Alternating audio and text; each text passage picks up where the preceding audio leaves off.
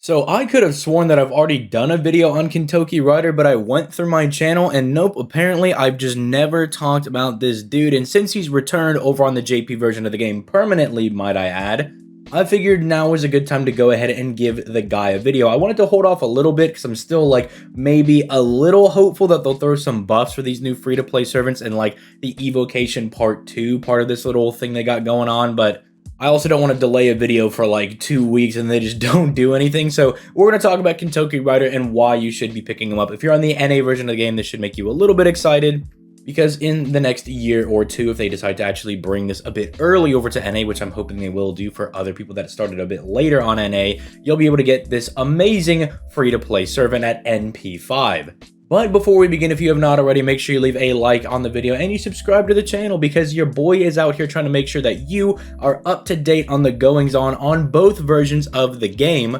But if you also want to see me play the game live, I do that on my Twitch every weekday at 6 p.m. Eastern Standard Time. That is going to be in the description down below. There's also my Discord and all that other fun stuff that, are in YouTube descriptions. But without further ado, let's go ahead and start jumping right into the servant's kit, starting off with his hits. And surprisingly, Kintoki Rider got off pretty easily when it comes to being a early servant, because as you guys may know, when we talk about early servants, they either have nutty broken hits like someone like Jack, where they just did not think the quick card would be broken if you gave it a billion hits, or you have like every other like low star servant that has like 2 hits on everything and they're like, yep, that's good enough for them to gen. Kintoki Rider's kind of in the middle. Now, his arts card's not necessarily like the craziest thing with 2 hits, but because his natural NP gain is 1.15%, if you crit on it, you're going to refund a metric butt ton of NP, especially on his quick cards, because again, when DW was making this game, they did not think that high hits on quick plus high NP gain was going to be good. But if you ever use Kintoki Rider, you know that he not only could gen a pretty good amount of stars with these decent quick cards, but he's also able to refund a metric butt ton of his NP back. He's like one of the original looping guys as long as you're critting on those quick cards. Like, quick chains with this guy just go unbelievably hard.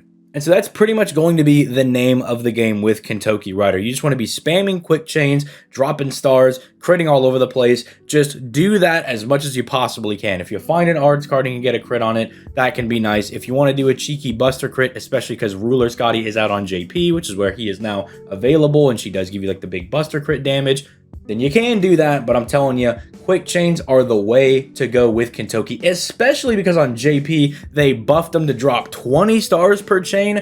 It's literally over. Like, this guy's going to be so much better over there. I guess even better than he already was. Now, you may be saying, well, ZTL, how is he supposed to gen a whole lot of stars? Like, I get that 4-hit quick cards are, like, pretty good, but 9% star gen, really, that's going to gen us some stars? And you're about to feel real dumb because we're going to move into skill 1. That's giving him a 30% quick buff for 3 turns and a 50% star gen buff for 3 turns on a 5-turn cooldown. This is just really good because, again, it turns his quick cards into these just absolute massive star bombs. God forbid you're doing it in a quick chain, and then those quick cards are doing even more damage. They're refunding more NP because they're getting that quick performance buff, and spoiler alert, that's not even the only quick performance buff he has because his NP is just broken for an early game servant. And I'm not gonna lie, yeah, the battery and everything else that this guy has is all really nice, but realistically, this is like the only thing that I really care about, because if you could just slap on any startup charge CE and have Scotty get him to 100%, you just are off to the races. Like, once he starts firing his NP and starts firing crits all over the place, the dude can't be stopped. He just keeps going. And that's why, to me, I describe Kintoki Rider as like one of the most basic servants in the game. Like, he does not do anything super special. There's no interesting like bells and whistles on this guy, but sometimes just being really basic is really, really good. And I feel like that is epitomized in this first skill where it's like, yeah, we're just going to buff up his star gen just a little bit. We don't need to give him star weight because as a rider, his natural star weight is really high. And let's give him a nice little quick buff for 3 turns to give him a little bit of an NP gain boost. So yeah, he's already looking really good on the first skill. The second skill is just icing on the cake, right? Like, it's a 50% battery. It's so nuts on a free-to-play servant that they were just like, yeah, here, take it. Just take a 50% battery on your free-to-play servant. Makes you wonder why people like, say, Shoots and Caster couldn't even get like a 30% battery, let alone something this nutty. Again, I think Kintoki Rider was like one of the products of DW being like, quick servants can't be good, so let's give him a lot of really good stuff. And then he just was just off to the races, right? Like he was just unstoppable. Because like I was saying, the first skill is really like the bread and butter for Kintoki. Because as long as he can get to his first NP, the guy's just going to be a looping machine. But then this is just the icing on the cake, because it's like, well, now you don't need to use like a Waver, a Scotty, whatever have you, to get him to 100%. Because he'll be able to get himself to 100%, because there are so many different free-to-play CEs that are really good to at least just being decent. They give you 50% and some bonus effect that, paired with this skill right here, are just going to allow him to fire his NP immediately. It also makes him really good as a farming servant, because if there are really big enemies in a node, because he's a free NP5 and just does really good free damage, you can use him to just clear out some really big bungus enemy that's in some weird like 313 node or a 212 node or whatever have you, some weird thing where there's a giant berserker or a giant caster enemy. This guy can just absolutely mop them up. And again, it's like it wasn't needed. He would still be really good if this was like a 30% battery. It wouldn't even like matter. Like he'd still be really strong, but this just kind of like kicked him into maximum overdrive. And it's kind of what like put him from being like a really good free-to-play servant to like a legendary free-to-play servant that everybody wanted to return. The only bum thing about Kintoki Rider is the third skill, because it's like, yeah, a 3k heal and a 120% debuff resistance against offensive debuffs for 3 turns. Like, it's nice. The heal is good, I suppose, because Scotty doesn't offer you a heal, so it gives you some sustainability, I guess.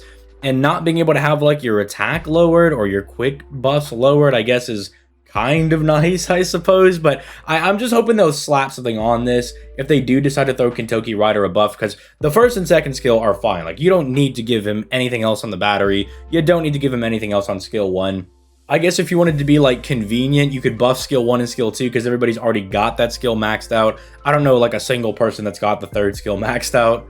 So it'd be like, oh yeah, if you buff skill 1 or skill 2, I already got those maxed out. I don't have to invest resources into maxing out skill 3 after it gets buffed. But, you know, I'd also like the skill to actually do something. Like, literally anything would make it really good. Like, you could throw on a defense down debuff, a quick down resistance. You could have him be able to remove buffs off the opponent. You could give him debuff immunity and invincibility, because we know Kintoki Rider has like a big Gundam mech or whatever. Just literally anything. If you wanted to make him do even more damage, you could give him an attack buff or something.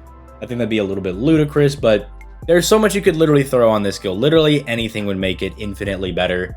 But it's not like he really needs it. Like, don't misunderstand. I'm saying that the skill kind of sucks, but that doesn't mean Kintoki Rider sucks. It's just a weird nothing burger skill that he's got. Then finally, there's his NP, and yeah, this is just a big beat stick NP. It does a lot of damage because it's a free NP5, and look at that. He's giving himself another 10 to 90% quick buff on the turn that he procs this. So, you know, whatever quick buff you have on the S1 is going to add into this one. But look how much insane value you get. Like, normally, it'd be like, it goes like 10, 15, 20. I have no idea who gave the green light to this and was like, yeah, man, let's just go like 10 to 90%. Because, like, realistically, you could get that 90%. You could do, like, Demonic Bodhisattva, which already gives you 50% and 2 stages of overcharge, and you're already starting off with the 50% quick buff, which is now 80% when you take his S1 into account, and then you just gotta find a little bit more NP, which is not super hard when you have, like, double Scotty and everybody floating around. So, yeah, regardless, the dude is kinda nuts. Like, he's a little ridiculous. I don't know why you would ever need to get up to like a 120% quick performance buff, but hey, if you wanted to do that, by all means, you could definitely do it with Kintoki Rider. Because it's also going to make the subsequent quick cards that follow his NP just that much better at getting his NP back, because, well, the quick buff is also buffing their NP gain. The guy's just really ludicrous.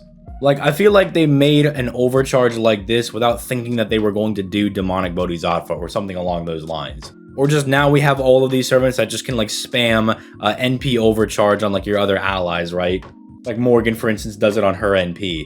So yeah, the guy is really, really good. You can see he's very basic, but he has a job and he does it really well. I will say you may want to invest in getting some of his servant coins, not actually for the extra attack or the battery, but for the offensive buff that he gets, because Kintoki Rider has a really good one. He has the anti-berserker damage, which will give him 30% bonus damage against berserkers, who you're going to use him against anyway, right? You're going to use him to fight berserkers and casters because he's super effective against them. And I love it when you have an append skill like this that actually makes sense. There's some of them that don't make any sense. It's like, oh, here's my archer that's getting a damage buff against riders. I'm like, dog, that doesn't make any sense at all. Give him saber or berserker, like something I'm actually going to use. But yeah, everything about the dude just really, really good. Make sure you go level this guy up. If you're on JP, I already made a guide on how to get all this stuff done. If you want to peep that evocation video that has all the details you'll need on actually being able to get these guys. But yeah, with all that being said, leave me your thoughts in the comments down below, and I'm going to go ahead and get out of here. You guys have yourselves a nice day. Peace. Late, guys.